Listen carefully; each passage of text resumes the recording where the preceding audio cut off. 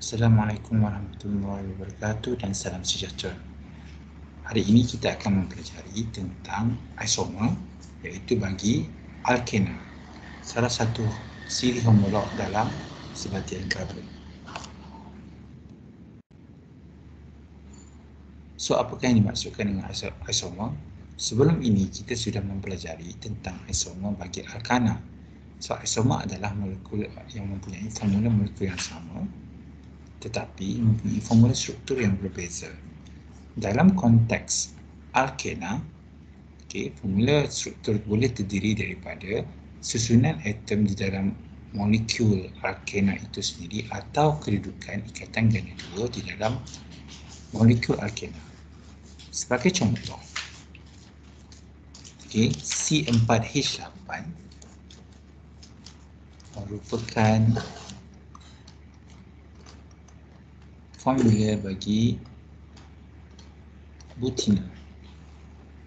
Namun begitu, kita tidak dapat memastikan dengan tepat tanpa merujuk kepada struktur nama bagi butina ini.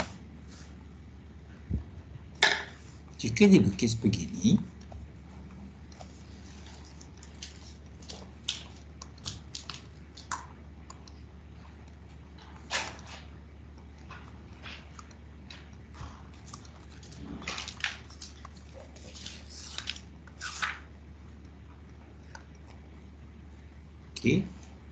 jika dilukis begini, ini merupakan but1 enam. Namun, dengan menggunakan formula struktur yang sama, dengan menggunakan formula molekul yang sama, maafkan saya, kita dapat menghasilkan struktur yang sedikit berbeza daripada but1 enam.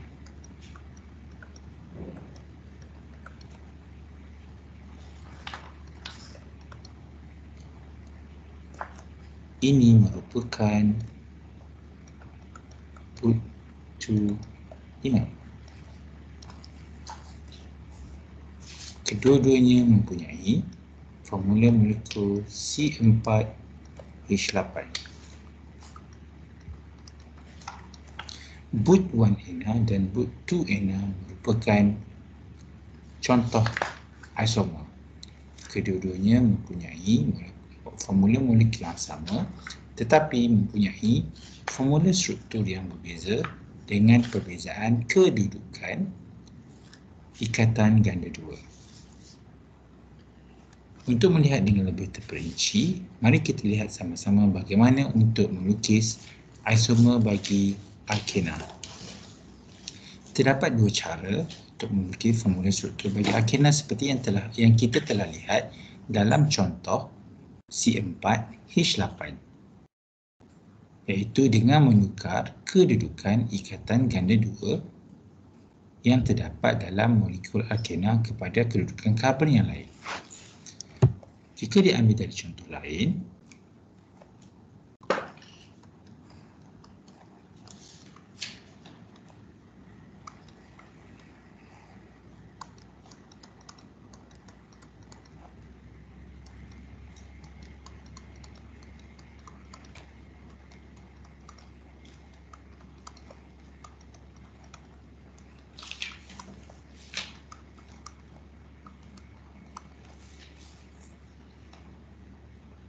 ini merupakan N1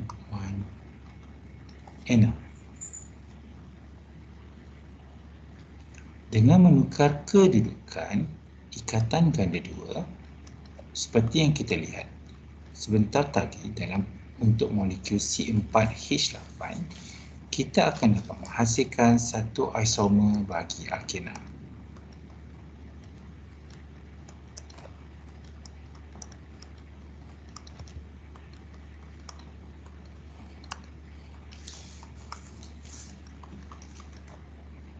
Ini merupakan pen2 Jadi, cara pertama adalah dengan cara menukar kedudukan ikatan ganda dua ikatan ganda 2 atau ganda 3 di sini pada kedudukan karbon yang berbeza, jadi kita akan dapat membina isomer bagi alkena. Seterusnya, kita akan melihat satu lagi cara untuk menghasilkan isomer bagi alkena, iaitu dengan cara membina formula struktur dengan rantai cabang dari setiap rantai lurus. Jika diambil dari contoh yang pertama, iaitu C4H8 yang kita telah lihat sebentar tadi,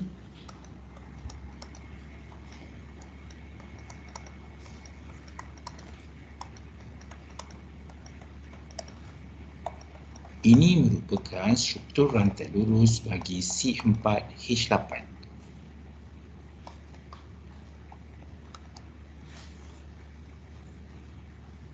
Untuk menghasilkan rantai cabang, kita perlu memendekkan cabang utama yang asalnya terdiri dari 4 karbon kepada 3 karbon sahaja. 1, 2, 3 dan kemudian masukkan rantai ikatan ganda 2 dan letakkan karbon berikutnya sebagai bercabang.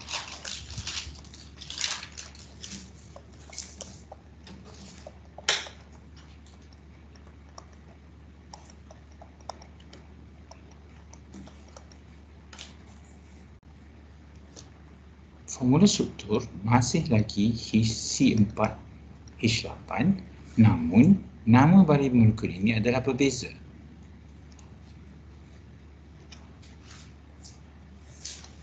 Karbon pertama, karbon kedua dan karbon ketiga.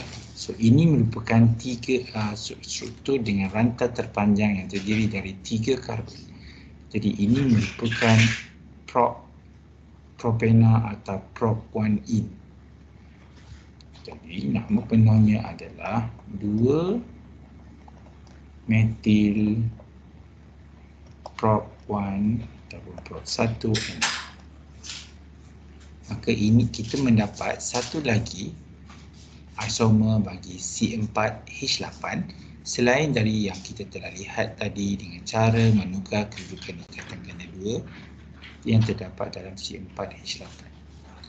Jadi saya harap pelajar-pelajar semua dapat memahami cara-cara membina isomer bagi alkena. Sebagai rumusan, mari kita lihat bersama-sama untuk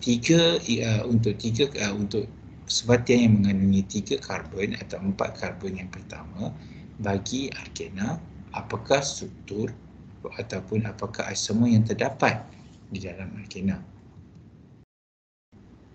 Bagi alkena yang terdiri dari 2 karbon, tiada isomer yang dapat dihasilkan, hanya satu struktur sahaja yang dapat dilukis dengan menggunakan formula C2H4.